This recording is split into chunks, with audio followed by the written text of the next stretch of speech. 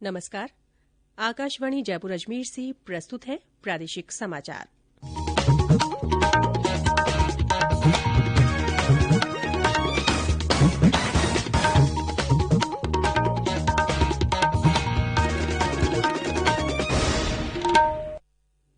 मुख्य समाचार। प्रदेश में कोरोना संक्रमण के नए मामलों में उल्लेखनीय गिरावट, 85 लोगों में संक्रमण की पुष्टि। भारत कोविड टीकाकरण अभियान के पहले 6 दिनों में 10 लाख टीके लगाने वाला पहला देश। प्रदेश में अब तक 2,57,000 से अधिक लोगों का हुआ वैक्सीनेशन। प्रदेश के 90 नगर निकाय चुनावों में 76% से ज्यादा मतदान। और पूर्वी राजस्थान के विभिन्न जिलों में आज और कल तेज शीतलहर की संभावना।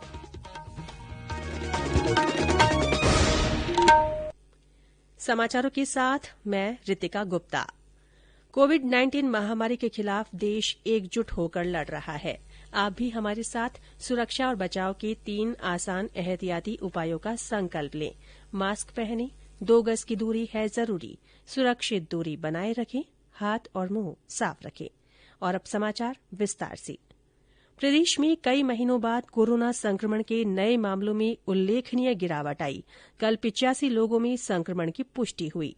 16 जिलों बारां, भरतपुर, बीकानेर, बूंदी, चित्तौड़गढ़, चूरू, दौसा, धौलपुर, डूंगरपुर, हनुमानगढ़, जैसलमेर, जालौर, झुंझुनूं, सवाईमाधोपुर, सिरोही और टोंक में कोई भी नया मामला सामने नहीं आया। जयपुर में 17 लोग संक्रमित मिले, नागौर में 12, अजमेर में 10, उदयपुर में 9, जोधपुर और करौली में 6-6, बाड़मेर और झालावाड़ में 4-4, अलवर और भीलवाड़ा में 3-3, सीकर, प्रतापगढ़, श्रीगंगानगर और कोटा में 2-2 और राजसमंद, बांसवाड़ा तथा पाली में 1-1 व्यक्ति में संक्रमण की पुष्टि हुई। सक्रिय मामलों की संख्या घटकर 2,559 रह गई है।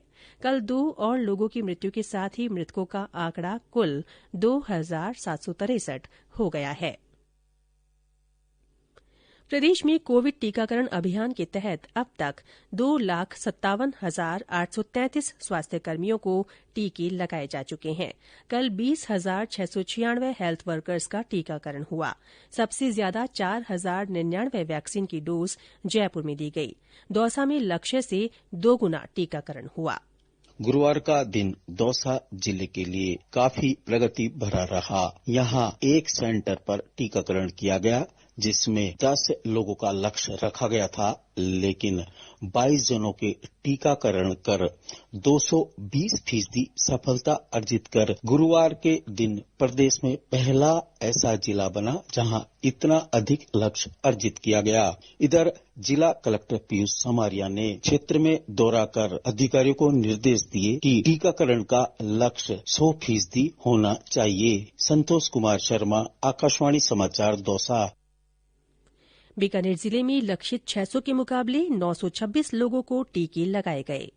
बीकानेर वैक्सीनेशन के मामले में प्रदेश में कल दूसरे स्थान पर रहा। बीकानेर में एक बूथ पर 10 की जगह 22 लोगों ने टीके लगवाए। गौरतलब है कि कल मातृ शिशु टीकाकरण दिवस होने से जिले भर की बजाय शहर के 7 बूथों पर ही टीके लगाए गए। इन बूथों पर 600 को वैक्सीन देने का लक्ष्य रखा गया था, लेकिन शाम तक 926 स्वास्थ्य कर्मियों ने टीका लगवाया। तक 70.60% हो चुके टीकाकरण की इस रफ्तार को देखते हुए जिले में आगामी 2 दिनों में टीकाकरण अभियान का आंकड़ा 15,000 पार पहुँचने की संभावना है। मोहम्मद रफीक पठान, आकाशवाणी समाचार, बीकानेर। इधर केंद्रीय स्वास्थ्य सचिव राजेश भूषण ने बताया है कि भारत कोविड टीकाकरण अभियान के पहले 6 दिनों में 10 लाख टीके लगाने वाला विश्व का पहला देश बन गया है। हमारा देश फास्टेस्ट था to reach the first 1 million vaccinations. Bharat में ये 6 दिन में हुआ, यूएस में 10 दिन में हुआ, स्पेन में 12 दिन में, इजराइल में 14 दिन में, यूके में 18 दिन और इटली में 19, जर्मनी में 20 और यूएई में 27। श्री भूषण ने बताया कि अब तक देश में 25,07,000 से अधिक लोगों को कोविड टीका दिया जा चुका है। इधर कल प्रदेश में मुख्य सचिव निरंजन आर्य ने सघन मिशन इंद्रधनुष अभियान के तहत नियमित टीकाकरण से वंचित रहे लाभार्थियों का टीकाकरण सुनिश्चित कर 100% लक्ष्य अर्जित करने के निर्देश दिए। एक बैठक में उन्होंने कहा कि माइक्रो प्लानिंग, मॉनिटरिंग और मोबिलाइजेशन से ही ये लक्ष्य हासिल किया जा सकता है। उन्होंने अधिकारियों से कहा कि वे टीकाकरण के टारगेट ऊंचे रखें और प्रदेश को संपूर्ण टीकाकरण के लक्ष्य तक पहुंचाने की राज्य सरकार की मंशा के अनुसार कार्य योजना तैयार करें। आकाशवाणी के श्रोताओं तक कोरोना वैक्सीन से जुड़ी जानकारी पहुंचाने के उद्देश्य से समाचार बुलेटिनों में महत्वपूर्ण सवाल जवाब श्रृंखला प्रसारित की जा रही है। आज का प्रश्न है, वैक्सीनेशन की नियत तारीख के बारे में लाभार्थी को जानकारी कैसे मिलेगी? इसका जवाब है, ऑनलाइन पंजीकरण के बाद लाभार्थी को वैक्सीनेशन की नियत तारीख, स्थान और समय के बारे में अपने मोबाइल नंबर पर संदेश प्राप्त होगा। ये समाचार आकाशवाणी जयपुर अजमेर से प्रसारित किए जा रहे हैं। समाचारों का सिलसिला यूं ही जारी रहेगा। उससे पहले ये संदेश।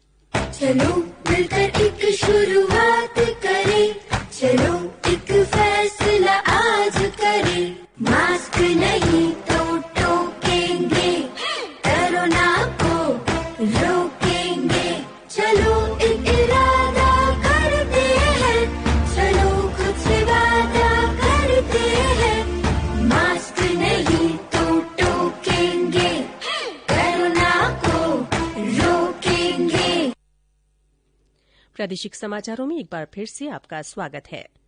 केंद्र सरकार की ओर से कोरोना के प्रति जागरूकता लाने के लिए जन आंदोलन चलाया जा रहा है। इसी के तहत आकाशवाणी जयपुर के समाचार बुलेटिनों में प्रसारित की जा रही विशेष श्रृंखला जनता का संदेश, जनता के नाम के तहत सुनिए हमारे श्रोता का संदेश।